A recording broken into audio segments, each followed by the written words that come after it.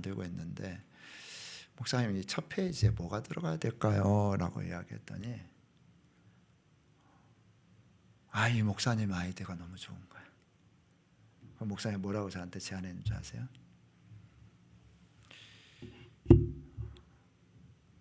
예수님 믿으면 병이 고쳐지고 예수님 믿으면 마음의 평강이 누려지고 예수님 믿으면 범사가 잘 되는 이런 구절을 사실이죠, 그죠? 사실인데 이런 구절이 복음의 핵심일까? 제가 드는 질문은 그거였어요. 근데 이분이 뭐라고 이야기하셨냐면은 이 목사님이 많은 사람들이 십자가에 달리신 예수 그리스도를 이야기한다. 그러나 영광의 보좌에 앉으신 예수 그리스도는 거의 이야기하지 않는다. 그래서 영광의 보좌에 앉으신 그래서 12영도 되는 수많은 천사들을 데리고 모든 지상의 왕들과 대통령들을 무릎 꿇고 영광을 받으실 그 하나 예수 그리스도. 지금 그 이야기를 딱 듣고 나니까 뜨끔하시더라고요. 우리는 십자가 아직도 십자가에 달리신 십자가에 예수님 달리셨어요. 당연히 우리가 구원을 받았죠. 우리 십자가의 도를 전해야 되니까. 근데 바울이 전했던 건 십자가의 도만 아니었잖아요. 뭐였었죠? 십자가와 부활이었어요. 부활한 예수님 아직 십자가에 계시지 않으시잖아요. 어디 계시죠? 영광의 보좌에 계신 분이신데. 그래서 이 전도를 하는 데 있어서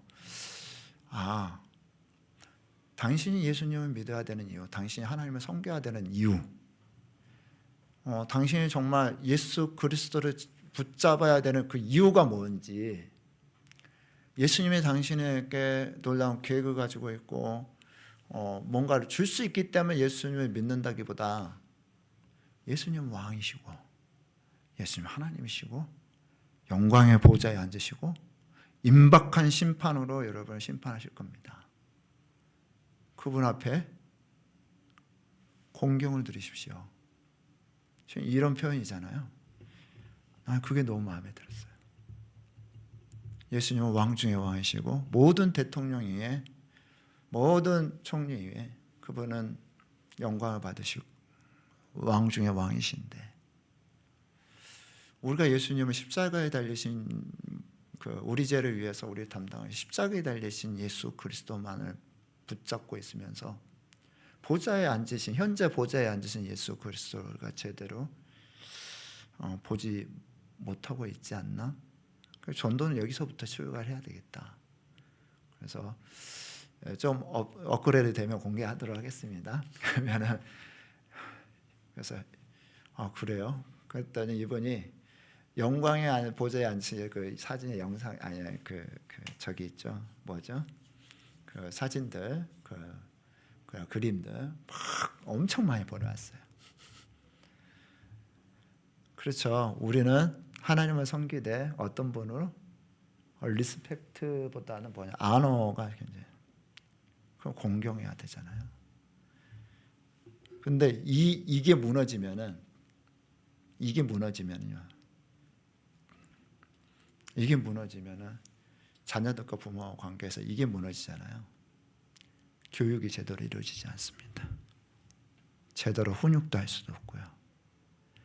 부모를 향한 자녀들의 태도가 어떠냐에 따라서요. 이 아이가 그 인생이 어떠냐가 결정이 될 거예요. 그렇지 않나요? 그래서 우리는 진짜 자녀들이 부모를 공경하게 하고 어른들 공경하게 만들어야 돼요.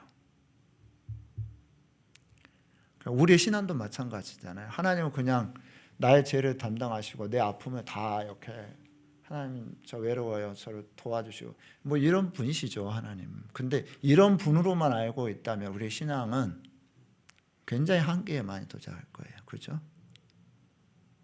하나님은 영광의 보좌에 앉으신 내 찬양과 내 인생의 모든 삶을 통해서 영광 받으실 그런 하나님이시라는 것을 실은 인정을 한다 그러면 신앙에 있어서는 굉장히 깊이 있는 단계로 들어갈 수 있을 것입니다. 존경받을 만해야 존경하는 걸까요? 어떻게 생각하세요? 참 저는 이 부모라는 그 자체가 너무나 존경스럽습니다. 그러잖아요. 우리가 부모의 이치에 있다는 거 이 자체가요. 저는 이미 굉장히 큰 일을 하고 있다고 생각해요. 많은 사람들이 존경받을 만한 사람이 돼야 공경을 받을 수 있다고 생각을 하는데요.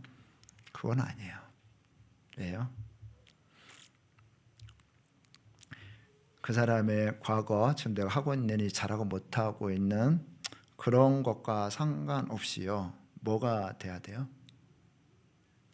내 자체로서 이 공경을 받아야 돼요. 왜? 부모라는 그 이치에 그 자체로서 공경을 받아야 되죠. 그래서 실은 이제 내가 누군가를 이렇게 공경하지 못하잖아요.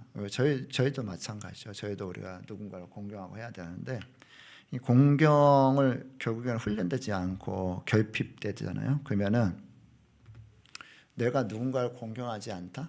여러분 한번 생각해 보시기 바랍니다. 여러분 삶 가운데 누군가 인생의 멘토가 있으신가요? 아니면은 누군가를 정말 좋아하는 선생으로 이렇게 딱 모시는 사람이 있나요? 그런 분들과 그렇지 않은 분들의 차이는 참 큰 것 같아요. 결국에는 내가 누군가를 참 공경을 하잖아요. 이런 태도는 실은 자기 자신에 대한 공경하고도 굉장히 연관이 되어 있습니다. 많은 사람들이 자기를 함부로 대하죠. 그러면서 우리가 자녀들한테 공경을 훈련하면 이 친구들이 부모나 이 어르신들 공경뿐만 아니라 이 나라에 대한 공경뿐만 아니라 자기 자신에 대한 공경으로도 이어질 수 있습니다. 보통 우리가 왜 그 공경을 반드시 훈련해야 되는가? 인간은 기본적으로 이제 사랑과 인정이 필요한 존재들이죠. 이거 없이 살아갈 수 있는 사람이 있나요? 없잖아요. 그런데 이 사랑과 인정이 단순히 이 애인이나 배우자 이런 사람도 필요한데 또 어떤 사람도 필요하죠. 우리는 동료들과 친구들 사이에도 우리는 뭐가 필요하죠? 인정과 사랑이 필요하잖아요. 그죠? 그런데 그것뿐만 아니라 우리는 어른들과 상사들 가운데서도 관계에서도 뭐가 필요해요? 인정과 사랑이 필요해요. 그죠? 이 세 개의 관계가 전부 다 이 통합적으로 이 동등한 관계뿐만 아니라 친밀한 어떤 그 부부 관계뿐만 아니라 우리는 어른과 상사들 가운데서 인정과 사랑이 필요해요. 자기 리더의 인정을 받지 못해서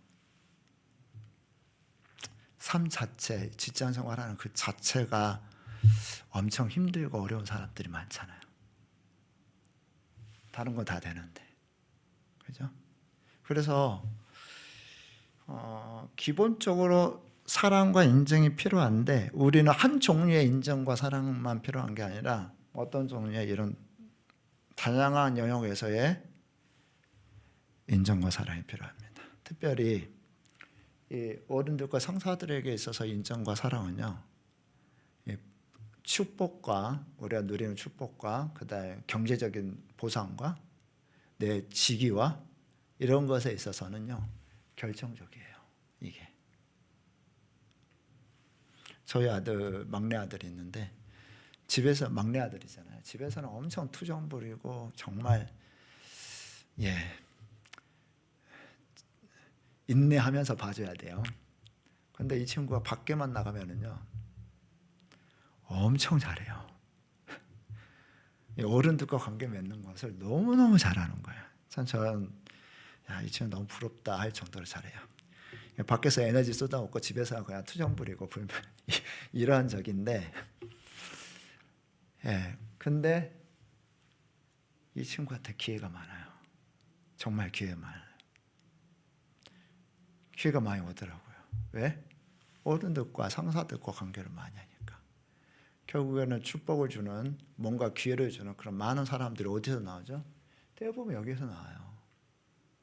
그래서 우리 친구들이 이제 공경을 이렇게 잘 하도록 이제 도와줘야 되는데, 보통 이제 보통 우리가 이제 그 부모가 빠지기 쉬운 이제 함정이죠. 교육의 함정인데 이 친구들한테 우리가 공경을 받아야 되는데 어떻게 받아야 돼요?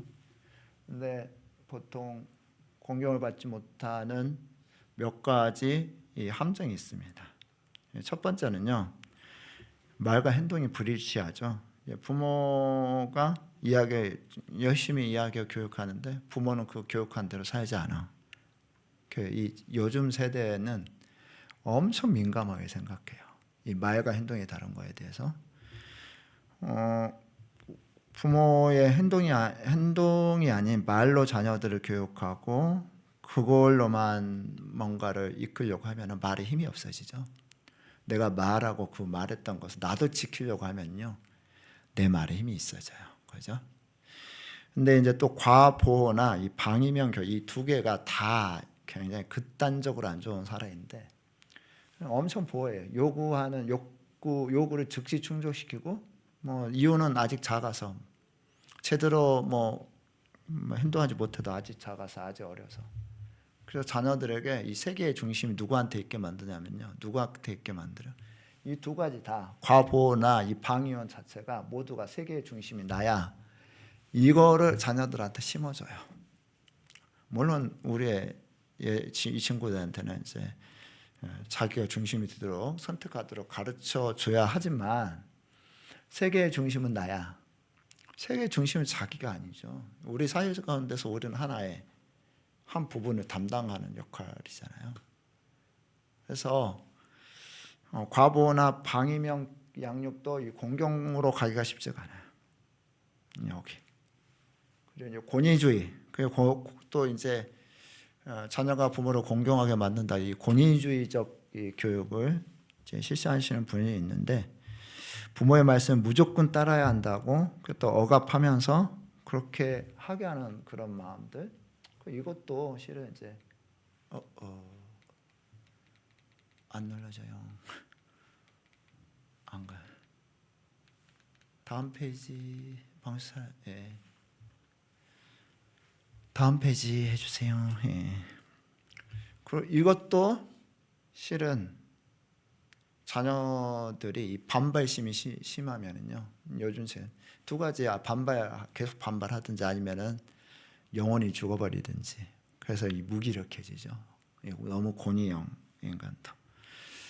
이제 성경적으로 한번 저희가 딱 보면은 에베소서 뭐 너무나 잘 아는 6장 1절에서 3절, 6장 1절에서 3절, 자녀들아 내 부모를 주 안에서 순종하라. 그 순종에 대해서 이렇게 이야기합니다. 이것이 옳으냐? 내 아버지와 어머니를 공경하라. 이것이 약속 있는 첫 계명이니. 하나님 너희가 정말 복을 받고 이 땅에서 뭔가 누리려면은 부모 공경해야 된다고 이야기합니다. 뭐 출애굽기에도 동일하게 이야기하죠. 내 부모를 공경하라. 그래야 하면 내 하나님 나 여호와가 너에게 준 땅에서 내 생명이 길리라. 구체적인 이제 사례로 하나 이제 성경에서 이야기를 하면은 다니엘서인데요. 다니엘서에 다니엘은 두려움 없이 왕에게 꿈을 해석을 전합니다. 그런데 한번 좀 이렇게 다니엘에게 했던 태도가 있어요. 벨드사살이라 이름한 다니엘이 얼마 동안 놀라 번벙하며 마음이 번민하여 하는지라 왕이 그에게 말하여 이르되 벨드사살아 너는 이 꿈과 그 해석으로 말미암아 번민할 것이 아니니. 누구 이야기냐면요, 느부갓네살 이야기입니다. 느부갓네살 누구죠? 느부갓네살 누구예요? 자기를 포로로 잡아서 바벨론을 끌고 가고 부모와 헤어지게 만들었던 장본인이잖아요. 그럼 느부갓네살 누구예요? 이스라엘 성전을 파괴하고 성벽을 무너뜨리고 이스라엘을 멸망시켰던 자기 나라의 원수입니다. 그죠? 유다의 원수예요. 근데 이제 고용이 되고 관직을 얻고 그리고 이 느부갓네살이 꿈을 꿨는데 어떤 꿈이냐? 느부갓네살에게는 진짜 흉조예요. 안 좋은 꿈이에요. 근데 다니엘의 태도를 한번 보시기 바랍니다. 어떻죠?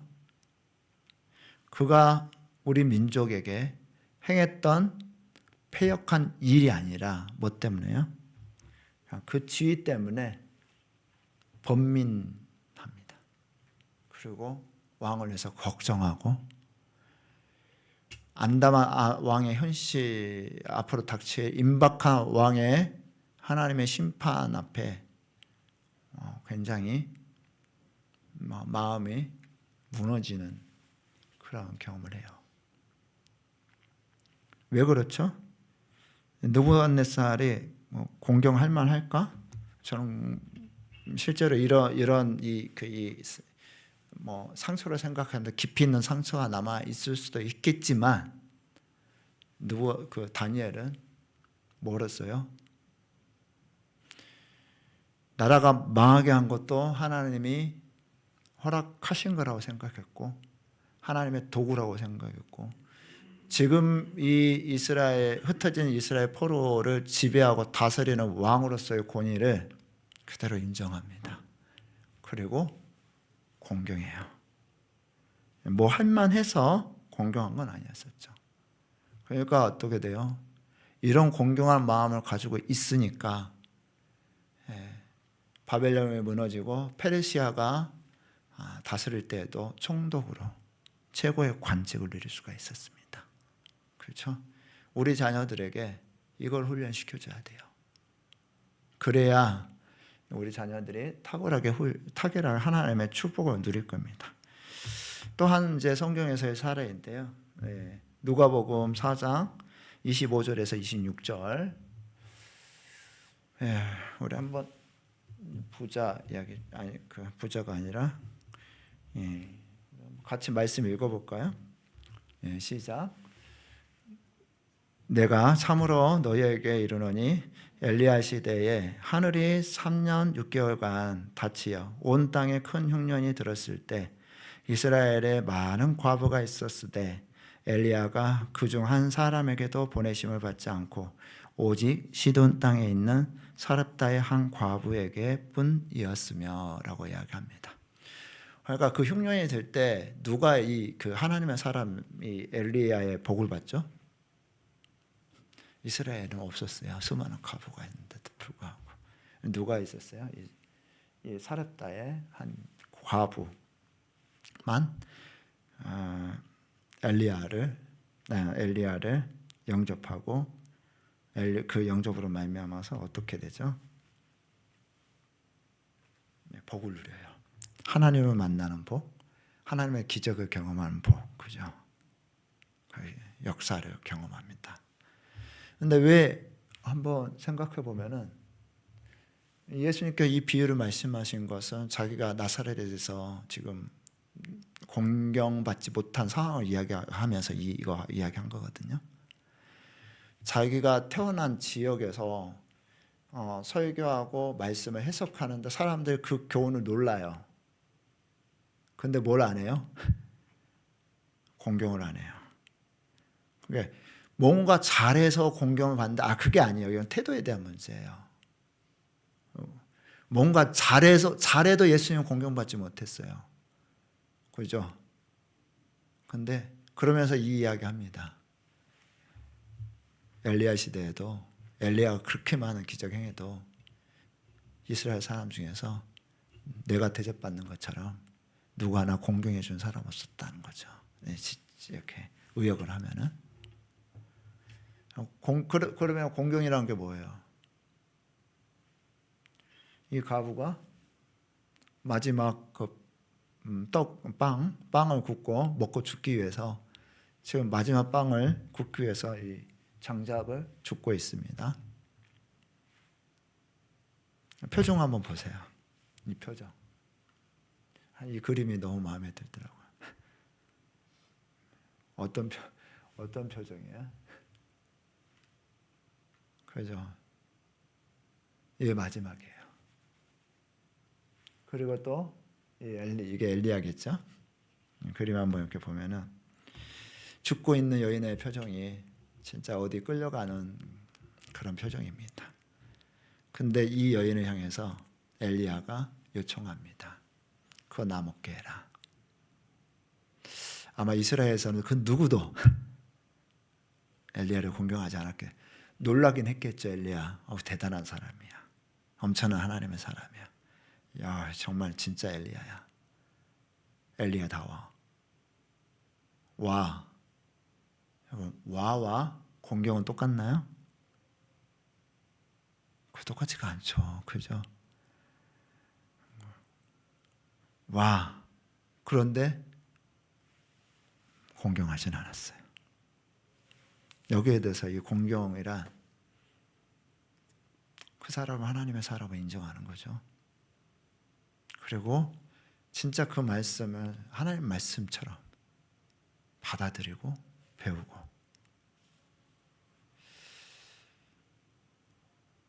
대부분의 이 교회 안에서 정말 충성되게 하나님을 따르는 사람들, 그 많은 봉사를 하면서 귀하게 섬기는 사람들 대부분 보면은요, 리더를 공경하고 하나님을 공경하고, 참 이 공경하는 마음이 다 이렇게 잘 성품적으로 그게 딱 드러나는 것 같아요. 그죠? 하나님의 기적을 경험하려면은 내 인생 가운데 내 힘으로 살아가는 게 아니라 진짜 하나님이 내게 공급하여 주시는 그 힘으로, 그다 하나님이 진짜 내가 할 수 있는 영역 이 정도밖에 아닌데 진짜 하나님이 길을 열으셔서 기적적인 하나님, 역사하시는 하나님을 진짜 경험하고 싶으면 뭐 해야 되냐면 사렙다 여인처럼 하나님의 말씀과 하나님의 행하신, 또 하나님이 보내신 사람들, 하나님의 권위로 세워주신 사람들, 그런 관계를 잘해야 됩니다. 교회 안에서뿐만 아니라 교회 밖에서도 마찬가지예요. 잘 공경하면은요, 하나님께 그 공경한 그것을 통해서 그것이 통로가 되어서 하나님께서 나에게 놀라운 잘 되는 역사, 그죠? 장수하는 역사가 있게 하겠다고 말씀하셨지 않습니까? 그러니까 우리 자녀들이 이 순종을 넘어서 공경하는 거, 순종은 거기에 따른 결과이죠, 행동이죠. 이제 단순히 순종을 넘어서 이 공경하는 그런 그 사람들로 키워주면요, 그들이 이 사회에 굉장히 중요한 리더가 될 겁니다. 근데 이 공경이라는 단어가 교육을 시키는 것이 쉽지 않아요. 어떻게 쉽지가 않냐면은, 다음 페이지는 않냐면은, 옛날에는 그냥 그 효 중심의 사회, 유교 중심의 사회가 그냥 이 사회 분위기 자체 안에서 어르신들은 공경하는 그런 걸로 이렇게 자리 잡혔어요. 근데 지금은 이 농경 사회가 아니에요. 왜냐하면 과거 대가족 농경 사회 때는 경직된 부자 관계가 됐었죠. 그래서 아버지의 권위가 절대적. 왜냐하면 농사지어야 되잖아요. 야, 가자. 다 따라와서 농사 같이. 너 이거 해야 돼. 그러니까 애들은 부모의 지시에 따라서 이 노동을 해야 돼요. 농사가 그렇잖아요. 그럼 자기 하고 싶은 대로 막 개성을 따라서 해요? 그게 안 되잖아요. 그래서 이 농경사회에서는 이 수직적 관계였었습니다. 그래서 권위에 약하는 교육의 부재를 의미하지는 않았고요. 그래서 이제 이 권위 자체가 그냥 기본적으로 그렇게 권위가 돼야 때만이 운영이 되어진 이 대가족 중심의 사회였어요. 대가족이잖아요. 근데 지금은 서열이 요구되어지는 그런 사회가 아니에요. 지금은 보통 대부분 다 수평 관계라 생각해요. 그래서 좀 어르신들이 이야기하는, 좀 선배가 이야기하면 뭐라고 이야기하죠? 그걸 라떼라고 해요. 그냥 정의를 해버렸어요. 라떼라고 이야기를 하고 꼰대라는 말을 듣습니다. 지금 어느 시대인데 그 이야기를 해요. 그래서 거의 대부분의 이 MZ 시대의 사람들은 수평적 관계를 추구를 해요. 근데 이제 가족 구성이나 사회 분위기 자체가 다 달라졌어요. 지금은 이제 핵가족 시대잖아요. 이제 상하 관계, 그것도 부모 관계. 이런 상태에서 옛날식으로 고니를 눌러가지고 고니를 가지고 막 이렇게 억압해가지고 할 수 있는 이 공경 그게 쉽지가 않은 시대가 된 거예요. 그러면 이제 옛날과 다른 방식으로 우리가 자녀들한테 부모 공경하고 리더들을 공경하고 선배들을 공경하는 그런 것들을 훈련을 시켜야 되는데 쉽지가 않아요. 우리가 이제 어떻게 보면 더 과중한 책임을 지고 있는 그런 상황인데 별로 환영받지 않는 단어예요. 이 공경이라는 단어는 젊은 세대. 토마스 고든이라는 박사가 어떻게 이 자녀들에게 권위를 세울 것인가에 대한 부분들을 가지고 만들어 놓은 이론이 PET 이론입니다. PET 이론인데요. 보통 이제 이 그 세 가지 스타일 훈련, 효과적 훈련의 세 가지 스타일로 이렇게 구별을 했는데요. 첫 번째는 권위적 부모래요. 규칙을 강조하고 명령하는 방식이고, 문제점은 아이가 반항하거나 위축될 수 있다는 거죠. 반항적 사람이 되거나 아예 그냥 기가 죽어버리는 사람으로 자랄 수 있어요. 이 방이면 부모 이런 그 훈련이 있는데 자녀가 모든 것들을 결정하게 만들어 준대요. 근데 아이가 이 방이면에 책임감 키우기가 쉽지가 않아요. 적당한 역할을 줘 그걸 감당하게 해야 되는데 방이명은 자율성 개발될 수 있는데 책임감 키우기가 쉽지가 않아요. 그래서 이분이 제시한 이 PET 방식은 아이와 협력하고 효과적으로 의사소통하며 자율성과 책임감을 동시에 지울 수 있는, 그러니까 자기 존중과 이 공경이 동시에 훈련될 수 있도록 하는 이 소통 방식을 이분이 개발을 했어요.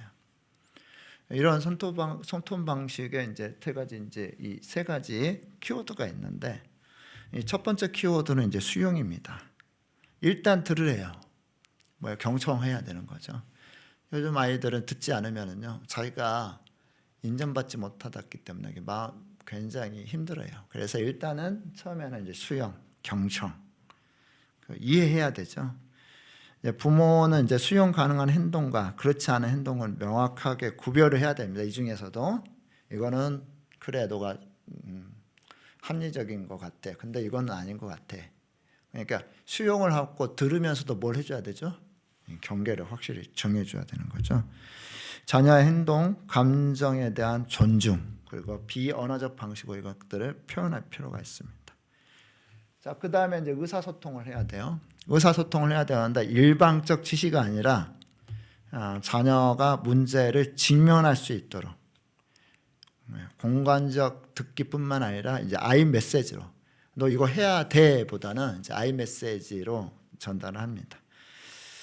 나 정보죠. 나는 너가 이야기 들어보면 나는 이렇게 생각하는데 이런 식의 나 메시지를 전달합니다.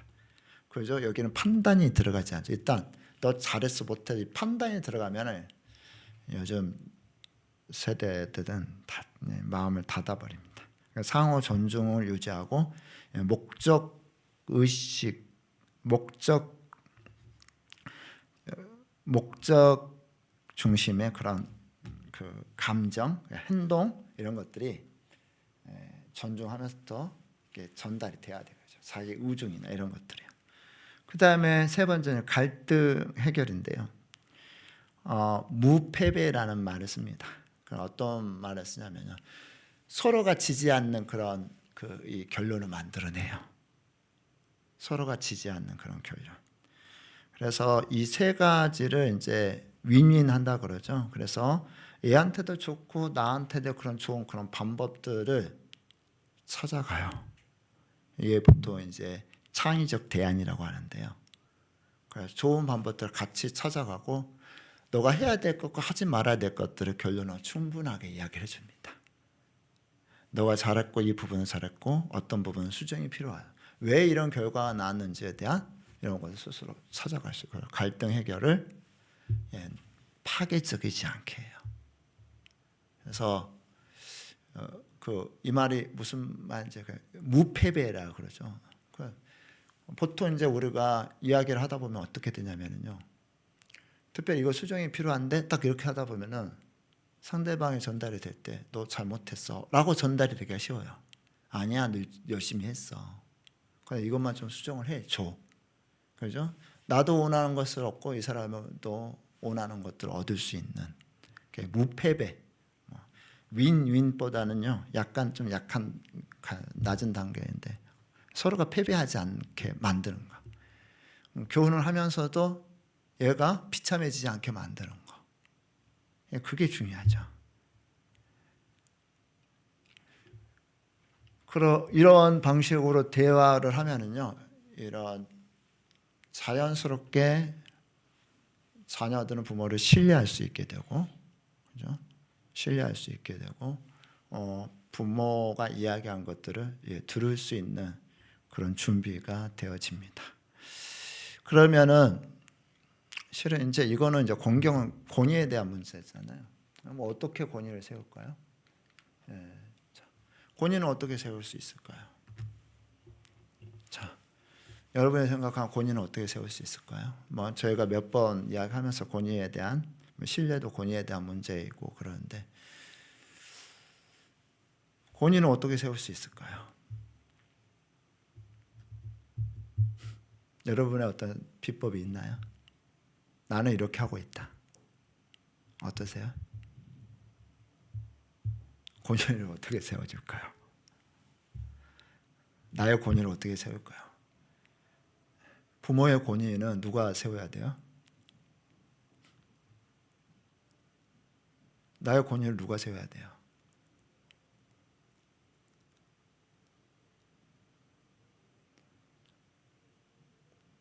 우리가 세워가야 되죠. 그죠? 애들이 아무리 권위에 대해 도전을 한다 하더라도 우리는 어떻게 해야 돼요? 부모의 권위를 공경하도록 해줘야 됩니다. 제가 저희 아내에게 진짜 고맙게 생각하는 말이 있어요. 네, 다음 페이지 한번 넘겨주세요. 자녀들한테 교육시켰던 거예요. 아빠에게 감사해. 너희는 아빠 때문에 먹고 사는 거야. 뭐 하나님 때문에 먹고 살죠. 저희 아내가 애들한테 이거 시켰어요. 가난한 선교사로 긴 세월 살다 보니까 저희 자녀들은 이제 이 결핍이 익숙해졌다 그럴까요? 지금은 이제 선교지가 아니니까 많이 정말 많은 풍요에 살고 있어요. 한국은 풍요였잖아요, 기본적으로. 근데 그런 상황에서도 저희 아내가 저의 권위를 이렇게 세워줬어요. 여러분, 돈을 많이 주고 많이 안 주고의 문제가 아니에요. 상대방의 권위는 누가 세워줘요? 특별히 이 부부 가운데 나의 권위는 내가 세워야 되지만요, 서로가 서로에게 세워줘야 돼요.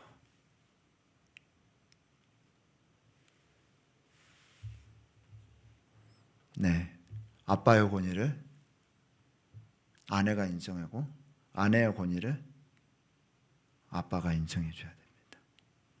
자녀가 훈육할 때 아내가 막 훈육을 막 이야기하고 있는데 너무 거칠고 막 너무 이게 더 넘었다 할 때가 있잖아요. 옛날에는 그럴 때는 제가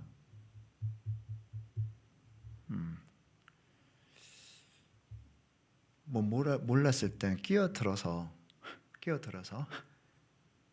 그렇게 하면 안 되지 그랬어요. 저희 얘들 앞에 아내에게 그렇게 하지 마, 그렇게 하면 안 되지. 지금 생각해 보니까 너무너무 잘못한 거예요. 애들을 훈육하고 있는데 중간에 끼어들어서 아내를 책망해요. 아빠가 훈육하고 있는데 이건 너무 과하다, 목소리가 할지라도 애들 앞에서 뭐 해야 돼요? 아빠의 권위를 부정하면 안 돼요. 언제 이야기해줘야 될까요? 끝나고 나서 이야기하든지 너무 강정이 걷겠다 그러면은 엄마 편에 서서 그냥 딱 이 상황을 종료를 시켜야죠. 너희들 엄마 말 잘 들어. 다음 잘 들어. 얼른 들어가. 그렇죠? 이 상황을 종료를 시켜야죠. 엄마 편을 들면서도 종료를 시켜야죠. 들어가라 그러는데 막 더 저기 하겠어요? 그죠? 서로의 권위를 누가 세워줘요? 내가 주변 사람이 세워줘야 돼요.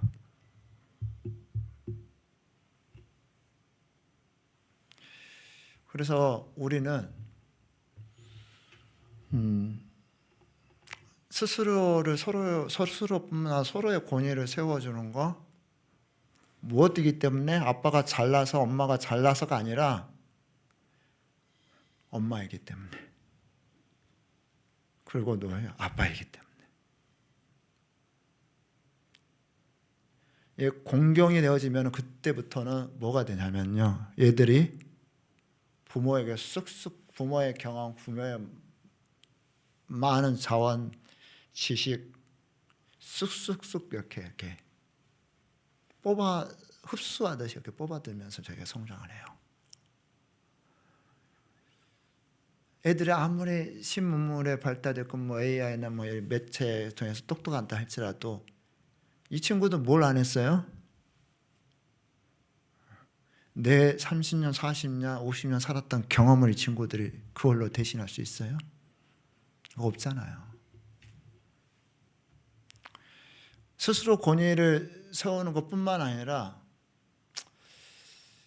조금 애들한테 진짜 그냥 자연스럽게 참 너무 멋진 어른이야, 이런 애들한테 자연스럽게 그런 공경을 받을 만한 또 모습, 진짜 어른의 모습도 가져야 되지 않을까요? 그러면은 진짜 어른이 어떤 걸까요? 여러분 생각할 때 공경할 만한 진짜 어른, 예, 공경할 만한 진짜 어른은 어떤 사람일까요? 이번에 지난주 저는 필리핀 일주일간 이렇게 세미나 때문에 이제 나갔다 왔습니다.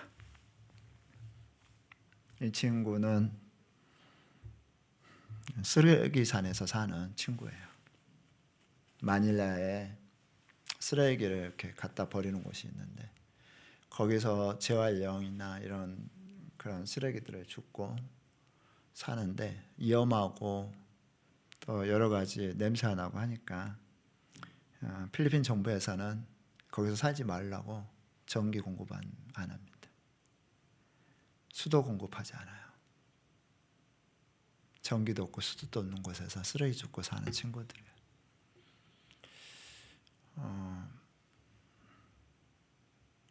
진짜 어른은 뭘까? 그러면서 여기 가서 그 질문을 스스로 한번 해봤어요. 진짜 어른이 누구지? 여러분 생각할 때 진짜 어른 누구일 것 같으세요? 저는 이 친구들의 꿈을 지지해주는 사람, 이게 참 진짜 어른인 것 같아요. 제가 생각했을 때 꿈을 지지해주는 사람. 원래 동영상이었었는데 버려진 그 침대 저기에요. 애들이 이 버려진 침대에 좋아서 매트리스 좋아서 이 스프링에서 엄청 재미있게 노는 영상이었는데 영상이 제대로 구현이 안 되네요. 여기에 도서관을 세팅해주고 싶었어요. 왜냐하면 이 가난을 끊어낼 수 있는, 이 가난이라는 것은 이 대를 위해서 오는 이 가난을 끊을 수 있는 게 교육이더라고요. 안타까운 것이 이제 청소년인데 임신한 친구들이 있었어요. 애들이 너무 많이 낳잖아요. 그러니까 조금 저기 하면 이 안에서 네. 눈이 맞아서 또 애를 하면 바로 가정이 만들어져요. 엄마가 될 공부도 못하고 아빠가 될 책임을 질 그런 공부도 할 기회가 없이 이것을 끊을 수 있는 것은 결국은 지식이다. 거기에 이제 매 주마다 봉사를 가는 한국 스텝이 있었는데 도서관을 지어주고 싶다 이렇게 이야기하니까 얘들 영어도 못 읽는데요 그렇게 이야기하더라고요. 도서관에 무슨 필요가 있냐. 이 필리핀은 따갈로그와 이제 영어를 공용어를 두 개를 씁니다. 그래서 제가 나는 걔들을 믿어. 모두는 아니겠지만 이들 중에 가르치면 제대로 배우고 이 배움이 갈망으로 일어나고 그러면서 지식이 쌓이고 아이디어를 찾고 자기 인생을 돌파하면서 나올 친구들이 분명히 있을 거야. 나는 그런 일을 해왔고 또 그렇게 변화한 것들을 경험했기 때문에 그렇게 할 수 있을 거야 라고 이제 이야기를 해줬어요. 그래 아마 이제 한 10월 달 정도 다시 들어가서 이제 도서관을 만들어주고 기초부터 해서 책 읽기 기초부터 해서 이렇게 고급까지 할 수 있는 교재를 가지고 새로 세팅을 할 생각입니다. 이번에 그 세미나를 갔을 때 저는 이제 쓰레기 산안에 가고 제가 강의 끝나고 이 두 사람이 그 교사들을 대상으로 세미나를 했었어요. 이 친구는 굉장히 가정이 좋지 않았는데 이 친구는 작년에 공항을 가는데 저를 이렇게 배웅을 해줬어요. 야, 너는 강사가 돼보는 게 어떠냐? 정말 잘할 것 같은데. 그리고 진짜 몇 번의 기회를 주고 강사가 됐어요. 이분이 저에게 쓴 메일인데, 문자인데, 너무 힘든 시간에 꿈꾸게 해주셔서 감사하다고. 그 꿈을 품고 진짜 자기가 원하는 인생을 위해서 한 발짝 내딜 수 있었다고. 진짜 강의 잘하셔요. 문자를 받는데 너무 행복하더라고요. 그래서 제가 이분을 이렇게 딱 강의 옆에 세우면서 그 이야기 해줬어요. 저희 교육을 직접 경험하고 실질적으로 꿈을 이루어가고 있는 내가 너무나 존경하는 우리 티처입니다. 내가 너무 존경하는 티처라고 해줬어요. 눈빛이 전달되었잖아요.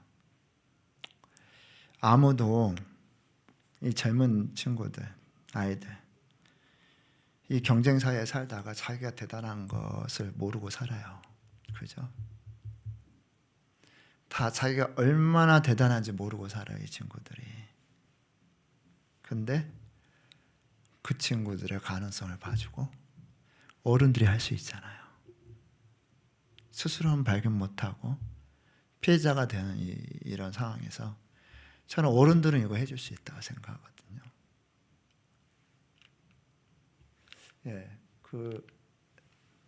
이 두 친구들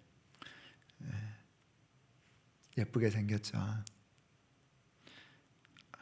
한국에서 이 학교에 현지 학교에 유학 온 친구들인데 목소리가 진짜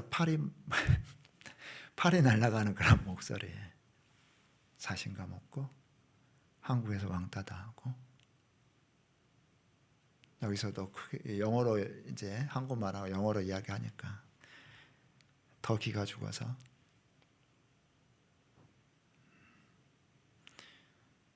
두 친구에게 야 너희들 왜 이렇게 예쁘니?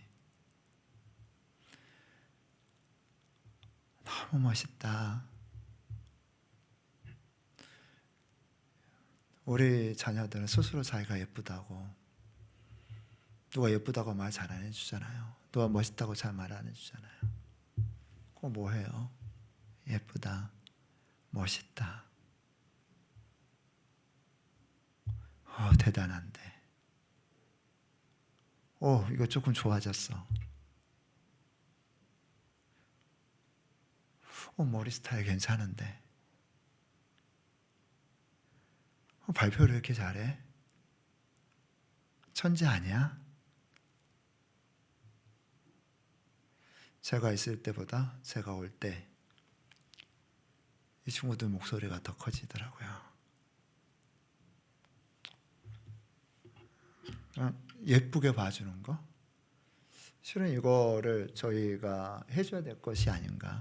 제가 생각하는 그냥 좋은 어른이란 이런 좋은 어른이 되고자 한다 그러면은 뭐 또 더 많이 있겠죠.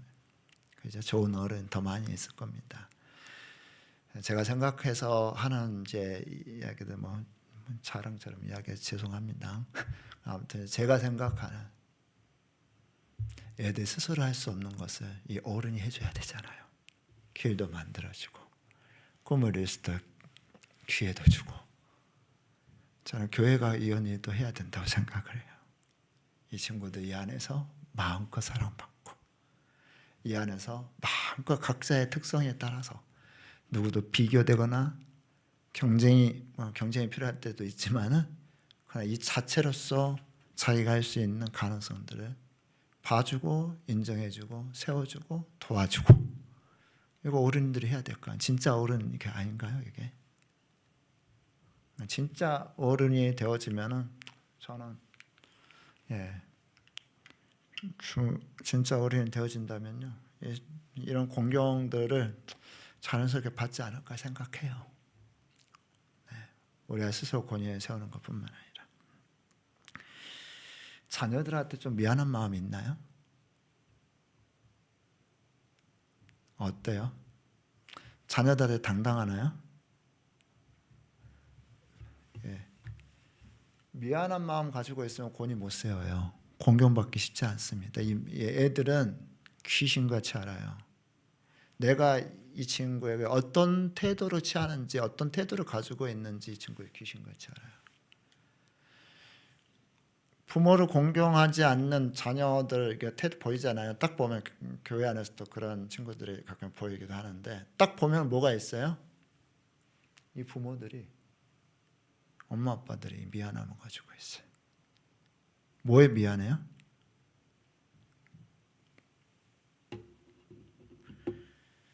미안한 마음을 가지고 애들을 대하잖아요. 물론 우리가 부족한 거 있죠. 그죠? 애들이 잘 안다니까요. 우리 부모가 너무 부족하다는 거.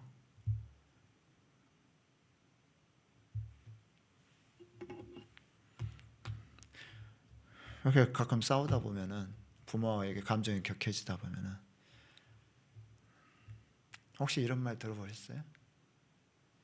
이렇게 키우려면 왜 낳았어? 이렇게 키우려면 왜 낳았어? 아직 안 들어보셨죠? 사춘기 되고 하면 그런 말 들을 수도 있어요.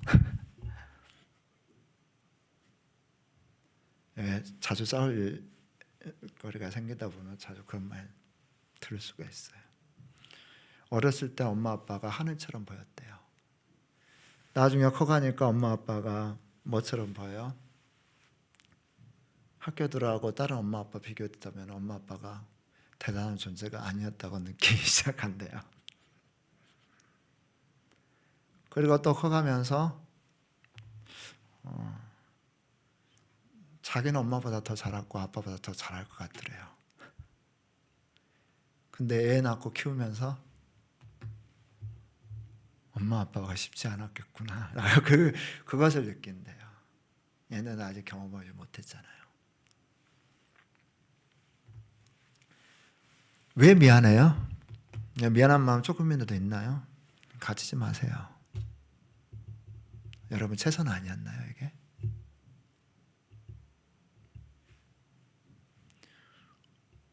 왜 미안해요 얘들한테? 얘네들 이렇게 키우고 있는데. 그리고 이렇게 잘 키우려고 마음 쓰고 애쓰고 있는데 왜 미안해요? 그렇지 않아요?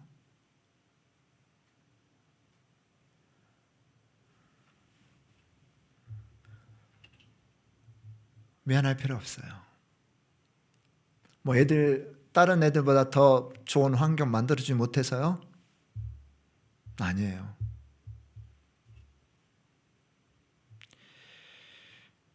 보통 우리가 너무 피곤하고 저기에서 이제 애들 뭐 놀아달라는데 놀아주지 못하고 그것도 짜증내고 짜증낸 내가 싫고 화낸 내가 싫고 그럴 때가 있죠. 막 쏟아부어 놓고 이렇게까지 안 해도 되는데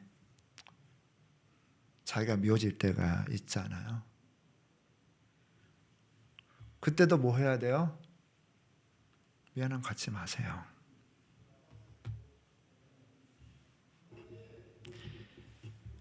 결핍이 가져온 변화라는 책이 있습니다.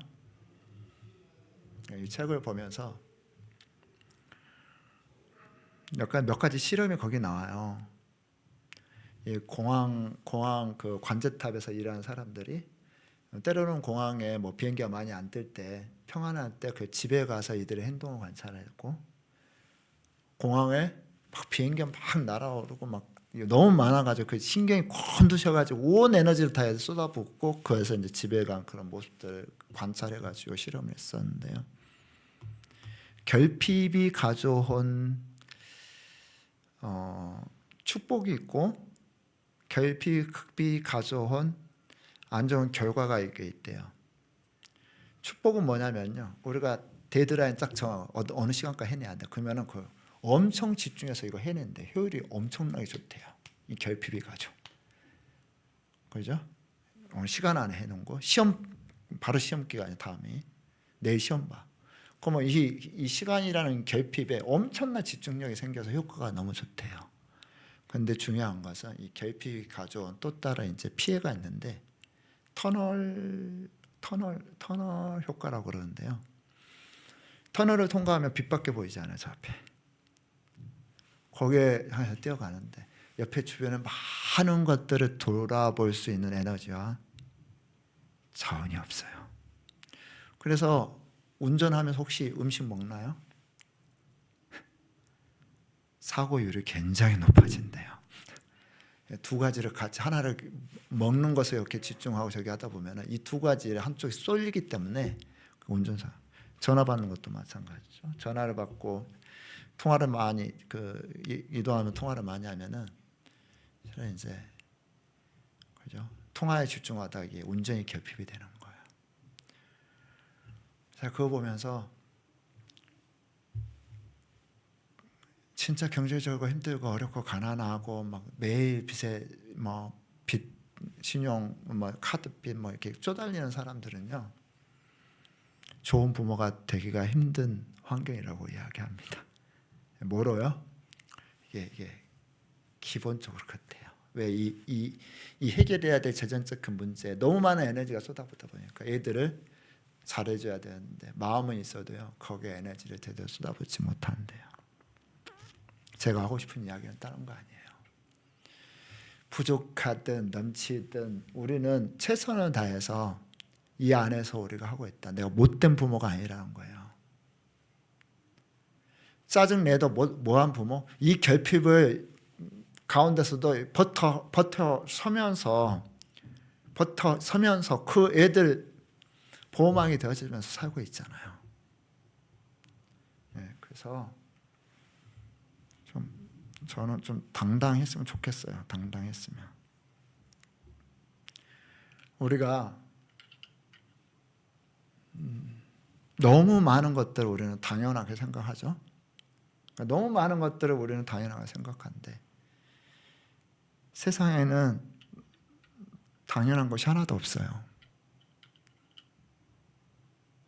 부모가 당연해요? 왜 당연해야 되죠? 당연할 건 아니잖아요. 그럼에도 불구하고 우리는 부모의 위치를 다하고 있고 어떻게 하면 자녀에게 더 좋은 것들을 줄 것인지 더 잘 키울 것인지 고민하고 있잖아요. 저는 이런 마음을 가진 부모가 이미 굉장히 훌륭하다 생각하고 자녀들한테 마찬가지예요. 알려줘야 돼. 애들이 너무 당연시 하잖아요. 그죠? 더 많이 해주면 해줄수록 이게 다 당연시하고 그 못한 것들이 결핍이라고 생각을 해요. 더 좋은 환경이 좋은 부모가 이것저것 다 해준다고 해서 애들이 결핍이라고 생각해요. 아니에요. 그건 좀 더 많은 것이지 하나도 당연한 것이 없는 거예요. 인생에서. 제가 매일마다 이제 감사 얘기를 5가지 정도 더 적으려고 하는데 감사가 너무 이렇게 감동이 없더라고요. 왜 감동이 없지? 질문을 하니까 이 문구가 생각이 났어요. 당연한 것은 하나도 없는데 너무 익숙해져서 당연한 것처럼 느껴지는 거. 이 환경 얼마나 좋아요? 결핍의 나라에 가면은요, 모든 것이 당연하지 않다는 것들을 경험할 수 있잖아요. 자녀들 가르쳐 줘야 돼요. 먹고 유지되는 이 모든 것이 당연한 것이 아니다. 다 누군가의 대가, 하나님의 축복, 누군가가 앞에서 막아서서 이거에 대해서 뭐 해야 돼요? 감사하게. 그래서 부모는 그 부모 자체로 있는 존재 자체로만으로도 공경해야 될 대상이야. 너 그렇게 함부로 이야기할 대상 아니야. 많은 사람들이요. 다음 페이지 좀 늘려주세요. 네. 많은 사람들이 자기가 이미 충분하다는 것들을 못 느낀대요. 이 책은 이제 한번 읽어보세요. 좀 괜찮더라고요. 제가 좋아하는 작가인데 처음이라 어려운 너에게. 보통 우리가 자유를 이야기할 때 돈으로부터의 자유, 누구로부터의 자유, 어떤 조직으로부터의 자유, 무슨 외부적인 억압으로의 자유를 이야기한대요. 근데 뭐뭐로부터의 자유라는 그 자체가 벌써 진짜 자유가 아니래요. 그러면서 하는 말입니다. 나로서 존재하는 것만으로도 이미 충분히 자유로울 수 있다는 걸. 자유는 누구인가로부터 멀어지는 게 아니라 나에게로 가까워지는 길이었다. 그래서 이제 나는 누구로부터의 자유로워지지 않아도 괜찮다. 그냥 나로 있는 지금 그대로 나는 이미 자유로운 사람이다. 내가 좋은 부모라는 내가 만들어 놓은 그 이미지 가운데 특별히 거기에 매여서 자기를 채찍질할 필요 없다는 거 이야기하고 싶은 거예요. 내가 이미 부모로서 내 존재로 좋은 부모가 되고자 하는 마음이 있는 이 이쁜 마음을 스스로 뭐 해줘야 돼요? 이미 스스로 칭찬하고 인정하고 세워주고. 예수님이 그렇게 하기를 원하십니다.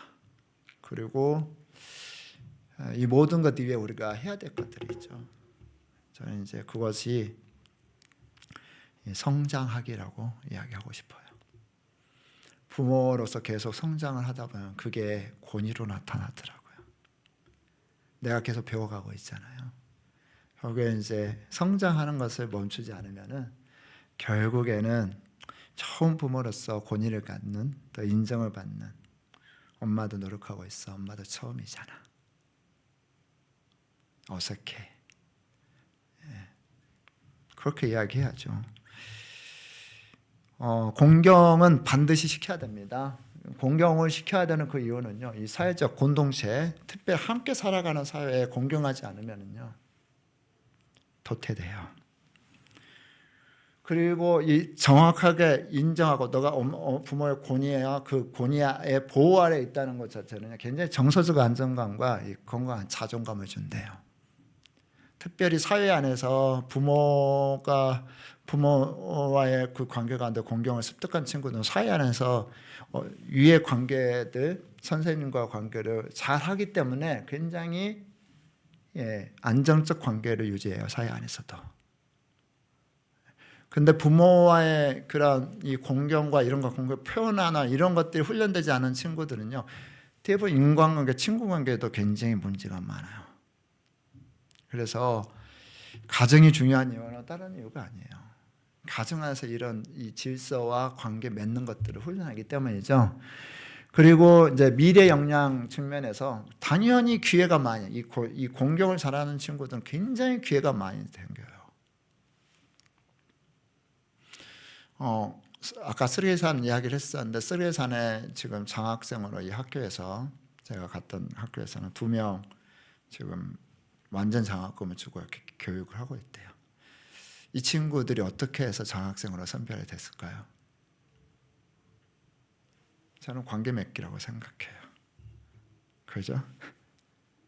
공경이 그들에게 또 다른 삶을 살 수 있는 기회를 준 거죠. 자, 그래서 우리 가정 안에서 이제 공경하는 교육을 어떤 시킬 것인가? 일단 뭐 부모님이 모범을 보이셔야죠. 자, 누구한테 살아계신 내 엄마 아버님한테 자주 전화해야 되고요. 그죠? 저희 아내는 이틀에 한 번씩 전화하더라고요. 그리고 가끔씩 애들, 야, 인사해. 애들 불러가지고 인사하고 통화하게 하고 교육해야죠. 모범 보이고. 또 매번 구체적으로 왜 이것을 해야 되는지, 어떻게 해야 되는지에 대한 설명해주고 알려줘야 돼요. 명확한. 그리고 선을 넘을 때 어떻게 해야 돼요? 엄마 그렇게 허술하게 여기 서 있는 거 아니야. 이야기하죠. 너 선 넘었다. 너 마음 알겠는데 너 선 넘었어. 이렇게 이야기 한마디만 해주세요. 선 넘었다고. 그리고 이 위에 있는 관계와 이 감정적 불편함들이 있을 거예요. 왜냐하면 권위자들과. 그러면 사람 때문에, 이 사람이 뭘 했기 때문에 공경이라는 것이 나와보면요, 이건 감정 처리가 쉽지가 않아요. 그래서 하나님께서 그 리더로 세우셨기 때문에 너가 아직 발견하지 못한 이 뭔가의 역량이 그 사람한테 있을 거야. 교육해줘야죠. 감사, 칭찬. 부모한테 언제나 감사를 표현할 수 있도록, 자녀들이 선물을 할 수 있도록, 어버이날 카네이션 할 수 있도록 계속해서 이렇게 뭐 해야 되죠? 훈련시키세요. 훈련해줘야 돼요. 뭐 내가 뭐 이런 귀찮 아니에요. 해야 돼요. 해줘야 됩니다.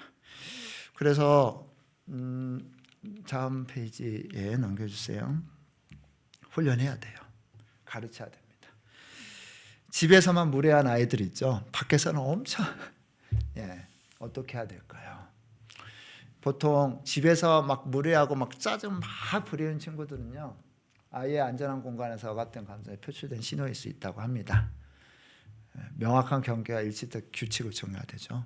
너 불편한 거 있는데, 짜증낸 거 있는데, 엄마 아빠가 왜 네 이 쓰레기 같은 저기를 다 듣고 있어야 돼? 너 방 가서 한동안 너 혼자서 다 악을 써서 모아서 해결하고 와.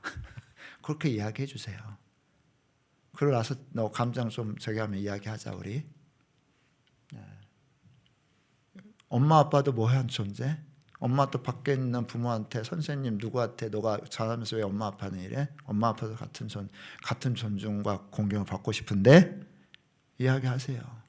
엄마 아빠가 그렇게 만만해? 엄마 아빠는 그분보다 훨씬 더 너에 대해서 더 많은 수고를 하고 대가를 치르고 있는데, 엄마도 공경, 너가 그 선생님, 그 어르신에게 공경한 것 같이 나에게도 공경해줘. 요청을 하세요. 그 다음 페이지. 청소년 때 반항하죠. 반항은 뭐 이제 자연스러운 거예요. 근데 중요한 것은 내용과 태도에 대해서는 구분을 해야 돼요. 아이의 표현, 의견, 그것들은 이야기를 해야 되지만 방식에 있어서는 문 닫고 들어가요. 친구들 방 닫고 들어가요. 그럼 어떻게 해야 되죠? 그 행동은, 너의 태도는 너가 화난지는 알겠는데 그런 식으로 좀 표현 안 했으면 좋을 것 같은데 요청을 하세요.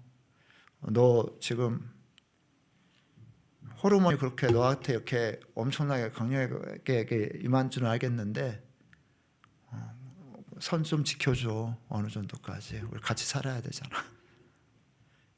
같이 살아야 되잖아. 선 지켜줘. 요청을 하시기 바랍니다. 그 다음 페이지. 예. 자, 아이가 조부모에게 페이지 넘겨. 이게 안 넘어가네요. 예. 무례할 때, 그죠? 다른 사람한테 무례할 때가 있어요. 조부모뿐만 아니라. 이때 부모에 대한 태도 본 그것에 바로 집에 돌아와서는요. 너 그것에 내가 상당히 불편했어.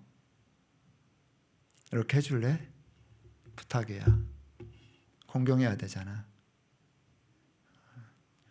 그 사람이 잘하고 안 해서가 아니라 그 사람 그 자체로 공경해야 된대. 너가 뭐 잘한 거 없이도 네 후배가 뭐 너에 대해서 그냥 만만하고 다니면 기분이 좋지는 않잖아. 그런 게 필요하대. 그게 너 인생을 살아가는데 도움이 된대. 이야기해야 되죠. 조용히 불러와서, 그리고 자주 전화하는데 참여하게 하세요. 그 할머니 할아버지한테 무슨 말 할 것인지까지 다 훈련을 시켜주세요. 예, 그렇게 훈련을 시켜주면은 이 친구들이 잘 따라올 거예요. 생각하는 질문인데요. 다음 페이지. 예. 공경한다는 것은 어떤 것을 포기하는 것일까? 봤던 많은 이 젊은 친구들이 이 생각해요. 왜 내가 굳이? 그리고 만약 내가 공경받지 못한다고 느낀다면 어떻게 행동할까? 나를 위해서 하는 게 아니에요. 누구를 위해서요? 내 사랑하는 자녀들을 위해서 하는 거예요. 그들의 인생 때문에 하는 거예요.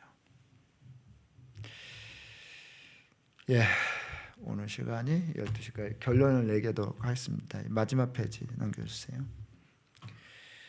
공경을 한다는 것은요, 예의 교육이 아니에요. 이 친구가 이 사회에, 다양한 사회에 관계 맺기를 훈련시켜주는 겁니다. 그리고 이 습득된 능력이라고 하죠. 충분하게 공경할 수 있어요. 얘들이 어떤 장소에 딱 가면은 어떤 거 해야 되는 거야. 누구 만나 누구 인사하고 뭐 해야 이런 것들 어떻게 해야 돼요? 장례식 갈 때 뭐 이런 것도 어떻게 해야 돼요? 가르쳐야 돼요. 각각의 상황 가운데 에티켓이 뭐고, 이 사회의 질서를 존중하는 거 뭐고, 이 권위자, 특별히 질서 유지시키는 자의 권위자에 대한 존중이 뭐든 이걸 가르쳐줘야 돼요. 습득된 능력입니다. 이거는. 그리고 사회적 책임을 지게 하고, 유산을, 가장 위대한 유산을 넘겨주는 거죠. 공경이 되어져야 이 유산이 넘겨질 수 있습니다. 그래서 이 친구들이 좀 풍요롭고 정말 이 땅에서 잘 되는 역사를 경험하게 하려면 반드시 훈련시켜줘야 될 영역입니다. 순종이란 카테고리가 너무 커서 이렇게 공경이라는 것도 따로 이렇게 뺐습니다. 계속 이제 저의 이야기가, 저의 가정 이야기가 뭐 많이 나와서 그러는데요. 저희 누님이 목사님이 아니라 사모님이셔요. 서울에서. 거기 교회도 굉장히 이제 큰데, 사모님이신데 조카들이 3명이 있습니다. 이번에 저희 어머니 장례식 때 이 조카들이 사람들 접대하고 필요한 것들 물건 나눠주고 아주 잘 트레이닝이 되더라고요. 목사 자녀이기 때문에 트레이닝이 됐다고 생각하지 않고, 매영 목사님이 이 도리에 대한 것들을 굉장히 중요시 여겨요. 뭐라고? 습득된 능력이라는 것입니다. 굉장히 이쁨을 받았어요. 우리도 마찬가지입니다. 우리 자녀들이 좀 사랑받고 이쁨 받고 싶고 저기 한다 그러면 어느 상황에 어떻게 해야 되고 인사는 어떻게 해야 되고 구체적으로 사람 공경하는 법들을 가르쳐 주시기 바랍니다. 뭐 어떻게 해야 될지 모르겠다 그러면 각각의 상황별로 챗GPT한테 물어보세요. 이럴 때 애들 공경교육을 시켜줘야 되는데 뭘 이야기해줘야 될까 물어보시면은 잘 알려줄 겁니다. 네, 혹시 또 뭐 궁금한 거 질문할 것들이 있으신가요?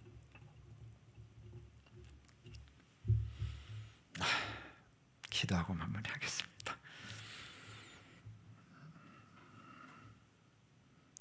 살아계신 하나님 아버지, 이 세상을 아름답게 만드시고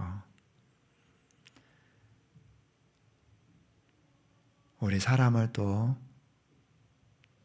너무 멋지게 만드시고 사람과 사람과의 관계가 얼마나 풍성하고 아름답게 될 수 있는지 하나님께서 설계하시고 그 설계도를 성경 말씀으로 기록해 주셔서 감사합니다.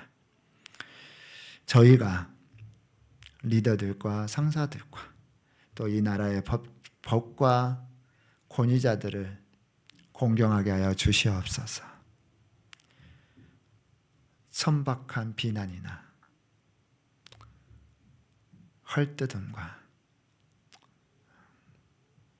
잘못한 것은 지적할 수는 있지만 그것이 공경을 파괴하는 그 일까지 가지 않도록 도와주시고 우리 자녀들을 잘 공경하는 예의 바른 그런 자녀들을 키우는데 저희가 부족함이 없도록 도와주시고 당당하게 이 자녀들 가르치게 하여 주시옵소서. 예수님의 이름으로 기도합니다. 네, 수고하셨습니다.